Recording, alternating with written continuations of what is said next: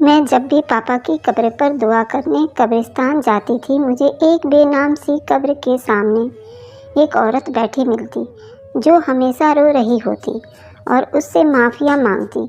मुझे उसका रोना बहुत अजीब लगता, लेकिन चेहरे से वो काफ़ी सख्त लग रही थी। एक दिन मुझसे रहा नहीं गया। मैंने उससे पूछ लिया, अगर आप बुरा न माने तो मुझसे आप अपना दुख बता सकती हैं। आप यहाँ क्यों बैठती हैं? क्या मैं आपकी मदद कर सकती हूँ? मेरी बात पर उसने अपनी आंखें उठाकर मेरी तरफ देखा।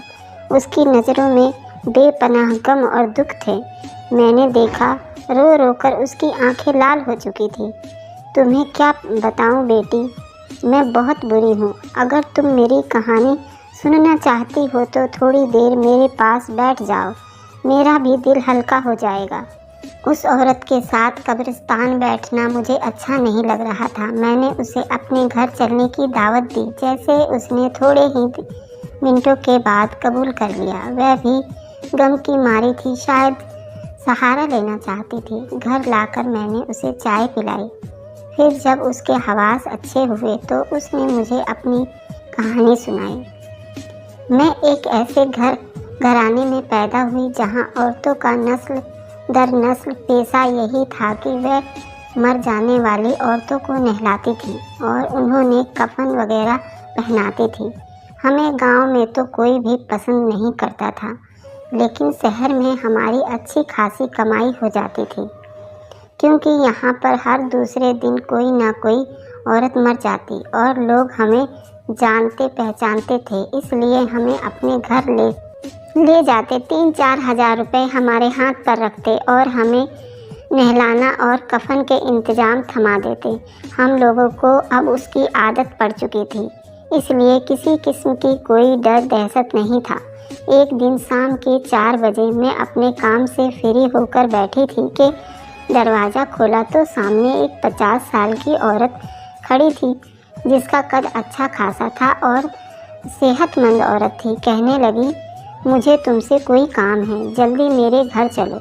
मैं हैरान हो गई, इतनी जल्दीबाजी में किसको मुझसे क्या काम हो सकता था। मैंने चादर पहने और उस औरत के साथ चल पड़ी। बहुत जल्दीबाजी में लग रही थी। एक बड़े से बंगले के सामने जाकर वह रुक गई।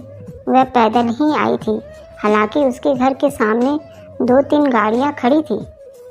मुझे उस बात पर हैरानी हुई। वह मुझे बड़ी राजदारी से अंदर लेकर आ गई। बोली, देखो, आज दोपहर को ही मेरी बहू की मौत हो गई है। मैं उसको माँ बाप को नहीं जानती। मेरा बेटा एक लावारिस लड़की को ब्याह कर ले आया था, तब उससे बहुत मोहब्बत भी करता था, मगर क्या करें, ये बेचारी तो अपनी औलाद की तकलीफ़ को सह नहीं सकी। ये प्रेग्नेंट है, मगर उसकी जान तकलीफ़ से चली गई है। प्रेग्नेंट औरत ज़्यादा देर घर में रखना अच्छी बात नहीं है। तुम इसे जल्दी से नहला दो ताकि मैं उसे जल्दी से थोड़ा सा रस्म अदा करने के बाद दफन कर दो। मुझे तो इस लाश से भी डर लग रहा है। तुमने सुना है प्रेग्नेंट औरतें जब मर जाती हैं तो वह डाइन बन जाती हैं। उस औरत की तो ये बात सुनकर मैं हैरान रह गई। हालांकि ऐसी कोई भी बात सच नहीं होती, ये लोगों की बनाई हुई बातें हैं। मैंने एक नज़र उस औरत के चेहरे की तरफ देखा, जहाँ पर किसी किस्म की कोई असर दिखाई नहीं दे रहे थे। मैं हैरान थी, अपनी बहू के मरने पर कोई औरत इतना सुकून से कैसे रह सकती है, वह भी जब उसके पेट में उसका खुद का अपना पोता हो। खैर, मैंने उसको नहलाने की तैयारी शुरू कर दी। तख्ते पर लाश को लिटाया गया। ये देखकर मुझे बहुत दुख हुआ कि वह एक नौजवान और खूबसूरत औरत थी। इतनी भरपूर जवानी में मर जाना अपने आप में एक बहुत बड़े दुख की बात है। नहलाते वक्त मुझे उस औरत के हाथों में हल्की सी हरकत महसूस हुई। मुझे तो उसकी नाक के आगे हाथ रखकर देखा, उसकी सांस और नब्ज भी चेक किए। वहाँ से इशारा मिला कि वह औरत मरी नहीं है, बल्कि बेहोशी की हालत में है। जब इंसान की ज़ाहिरी हालत ऐसी होती है जैसे कि मुर्दे की, लेकिन असल में वह जिंदा होता है। मैंने जब ये सब देखा तो मैं उलझन का शिकार हो गई। नहलाते हुए रुक गई। मैंने उस औरत के सास को बुलाया, बात सुनाई। ये तो मुझे जिंदा लग रही है, आप किसी डॉक्टर को बुलाएं, हो सकता है कि अभी उनकी कुछ ज़िंदगी बाकी हो। औरत मेरी बात सुनकर चुप हो गई। नहीं, तुम्हें मुझे राय देने की ज़रूरत नहीं है, तुम्हें जो कहा है वही करो। उसकी बात सुनकर मैं समझ गई कि ये कोई सोची समझी साजिश है, वरना जवान औरत यूँ मौत के मुंह में नहीं जा सकती। मैंने उसे नहलाने और कफ़न पहनाने से इनकार कर दिया। तब उसकी सास जल्दी से दूसरे कमरे में गई, लाल रंग की एक थैली लाई जिसमें 5-5 हज़ार के नोट थे। उस वक्त मुझे पैसों की बहुत ज़्यादा ज़रूरत थी। सिर्फ ऐसे पैसों से तो कोई भी बिक सकता है। मेरा ईमान भी डगमगा गया। मैं उस औरत के बात समझ गई। मैंने वह पैसे अपनी जेब में रख लिए। ये पैसों में अपने दामाद को देना चाहती थी, जो कब से मुझे मोटरसाइकिल मांग रहा था। इसी वजह से मेरी बेटी के घर में भी सुकून न था। पैसे लेकर मुझे इत्मीनान हो गया कि मैं अपनी बेटी को पैसे दे दूंगी तो उसका मसला हल हो जाएगा। मैं दोबारा उस औरत को नहलाने लगी, मगर मेरा दिल भारी सा हो रहा था। मैं अभी से नहलाने के बाद कफन पहना दिया, मगर मेरा दिल जोर जोर से धड़क रहा था। मैं ज़्यादा देर वहाँ नहीं रुकी और घर से निकल आई। उस घर के करीब एक कब्रिस्तान था, जो उन लोगों का ख़ानदानी कब्रिस्तान लगता था। मैं उसे दहशत से देखती घबरा गई, मगर मुझे बिस्तर पर लेटे नींद नहीं आ रही थी। थोड़ी ही देर के बाद मेरी बेटी आई। मैंने उसे अपने भारी दिल से ये खुशखबरी सुनाई कि तुम्हारे 50,000 रुपये का बंदोबस्त हो गया है। अब तुम अपने पति को दे देना कि वह मोटरसाइकिल ले ले और तुम्हारी भी ज़िंदगी आसान हो। बोली, अम्मा जी, आप इतने पैसे कहाँ से लेकर आई हैं? मैंने उसकी हकीकत नहीं बताई। वह खुशी खुशी पैसे लेकर चली गई। लेकिन फिर शाम को जब मेरा पति आया तो मैं उससे ये बात छुपा नहीं सकी। वैसे भी वह मेरी तरह ही बिकाऊ और लालची था। उसे उन बातों से कोई फ़र्क नहीं पड़ता था। मैंने उसे ये जब बात बताई तो बातों बातों में मैंने उस औरत के जेवरात का जिक्र भी कर दिया कि उस औरत ने अच्छी खासी सोने की अंगूठियाँ पहनी हुई थी। उसकी सास उन्हें निकाल नहीं पाई और उसके साथ ही कफन पहनाने को कह दिया था। औरत ने कहा कि मैं अपने बेटे को दुख नहीं देना चाहती थी। उसकी बीवी मर गई, इसलिए मैं उसे कहूँगी कि तुम्हारी बीवी भाग गई है। मैं उसे दफनाना चाहती हूँ ताकि मेरे बेटे के दिल में गम की जगह गुस्सा ले ले और दूसरी शादी करने के लिए रजामंद हो जाए। वह अपने दिल को तसल्लियाँ दे रही थी कि उस औरत ने अपने बेटे की भलाई के लिए ये सब किया, लेकिन बता दूं कि वह अपने बेटे को गम में धकेलना नहीं चाहती थी। कौन माँ चाहती है कि उसका बेटा सारी उम्र एक औरत के गम में बैठा रहे? उस सब के बाद भी मुझे इत्मीनान नहीं हो रहा था, लेकिन मेरे पति ने एक नई कड़ी मिला दी। कहने लगा, अब वह जेवर तो हमें निकालने ही पड़ेंगे, वरना उस मुर्दे को भी गुनाह होगा। वैसे भी सब में हमारा कोई कसूर नहीं है। अगर एक जगह कोई चीज़ खराब हो रही है, हमारा हक है कि हम उसे इस्तेमाल करें। हम उसे अपनी बेटियों की शादी करेंगे। तुम्हें समझ क्यों नहीं आ रही है? अपने पति की बातें सुनकर मेरा दिल अजीब सा हो गया। मैं ये सब करना नहीं चाहती थी, मगर उससे मुझे राज़ी कर लिया। बोला, थोड़ी देर का तो काम है, चलो हम कब्रिस्तान चलते हैं। उस औरत की कब्र खोदेंगे और वहाँ से जो भी दौलत मिलेगा उसे कोई काम या कारोबार कर लेंगे। फिर ऐसी हरकत का सोचेंगे भी नहीं। मैं अपनी पति की बातों में आ गई। रात के 2 बजे हम अपने घर से निकले। हमारे पास किसी किस्म का भी कोई हथियार अच्छा नहीं था जिससे हम कब्र खोद सकते हैं। सिर्फ ये पता करना था कि ताज़ा कब्र कौन सी है जिससे हम मिट्टी हटाकर उस औरत तक पहुंच सकते हैं। हमें खुदाई वालों की भी मदद चाहिए थी।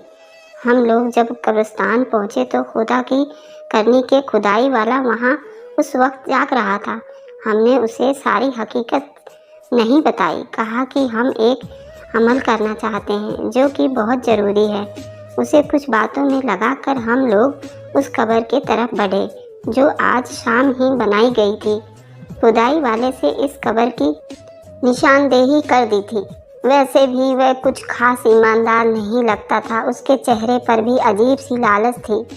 शुक्र हुआ कि उसने हमसे कोई हिस्सा वगैरह नहीं मांगा। दूसरी बात पूछी तो शायद वह नींद में लग रहा था।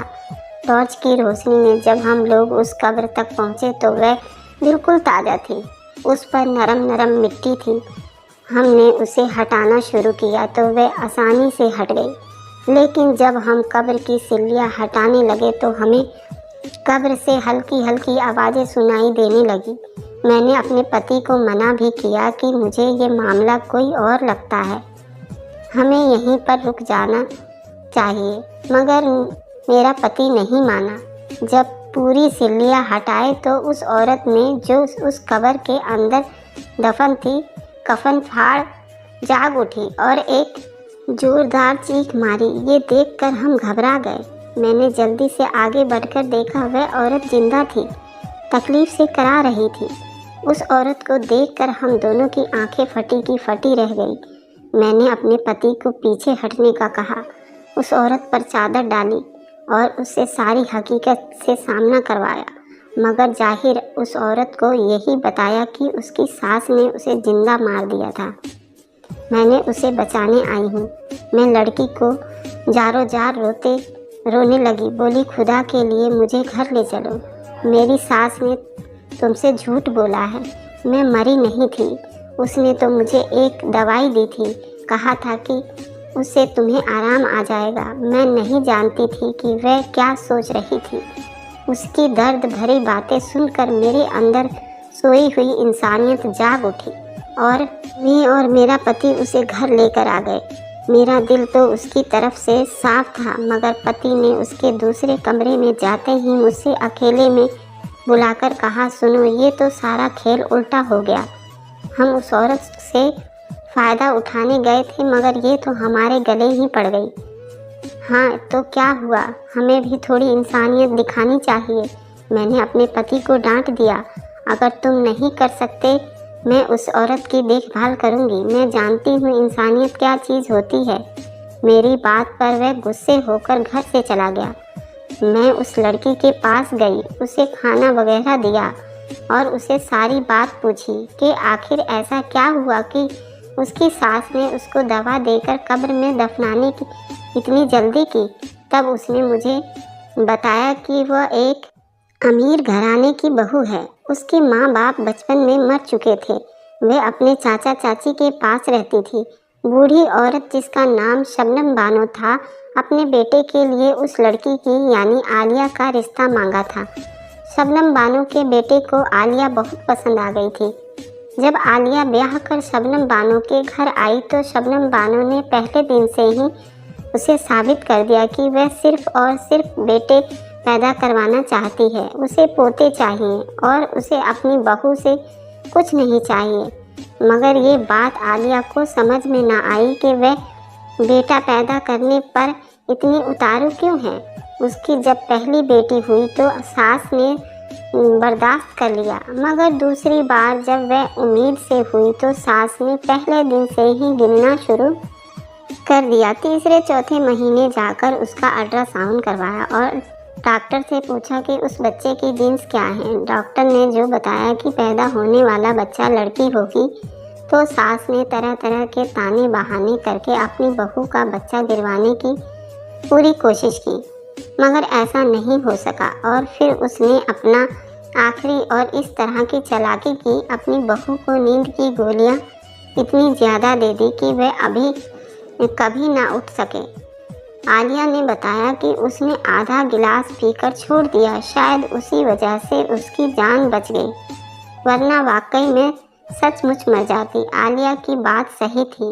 उसकी सास जिस कदर खड़ूस दिख रही थी, उसका मतलब तो यही था कि उसने अपनी बहू से जान छुड़ाने की कोशिश की, क्योंकि उसका बेटा उससे बेइंतहा प्यार करता था।